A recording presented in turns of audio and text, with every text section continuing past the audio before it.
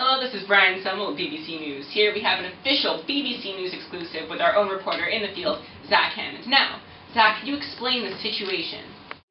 Thanks, Brian. I'm reporting live from Tehran, Iran. I'm in Shiat Square right now, and Iran is now reporting that President Ahmadinejad, in an abrupt move, has returned to Iran from his trip to... Now, Zach, what was he doing?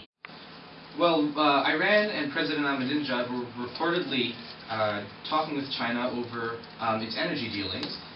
They were trying to make an energy pact, and some believe that they were pretty far along in that process.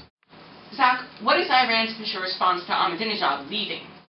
Ali Kazemi, the assistant to the Iranian foreign minister, reported that the departure was the natural termination to President Ahmadinejad's meeting, and that there are some indications that President Ahmadinejad missed his wife, and that is why he left. Oh, what a loving husband he is, Zach. How is the West responding to this situation?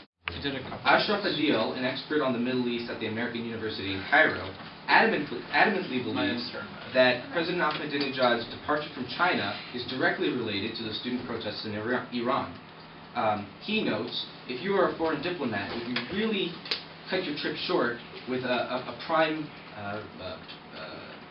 ally to visit your wife? Now, Zach, what is Iran planning on doing with these protesters? Well, Brian, we have to remember that Iran was built on student protesters. The current administration in the Iranian government really was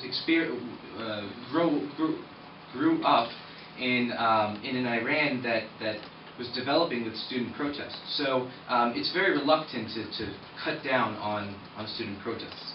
However, the students don't really support a complete overhaul of the Iranian government. Most of them are indeed loyal to Ayatollah Khomeini, and they just don't support some of the policies that have been instituted by President Ahmadinejad. Even if the protests do continue, however, Iran will most likely cut down and become more strict with the protesters. But also, we have to remember that President Ahmadinejad was directly elected in an election earlier this year, and so he does have some popular support. This is Zach Hammond reporting live from Tehran, Iran. Thank you, Zach. This is Brian Semmel reporting from BBC News.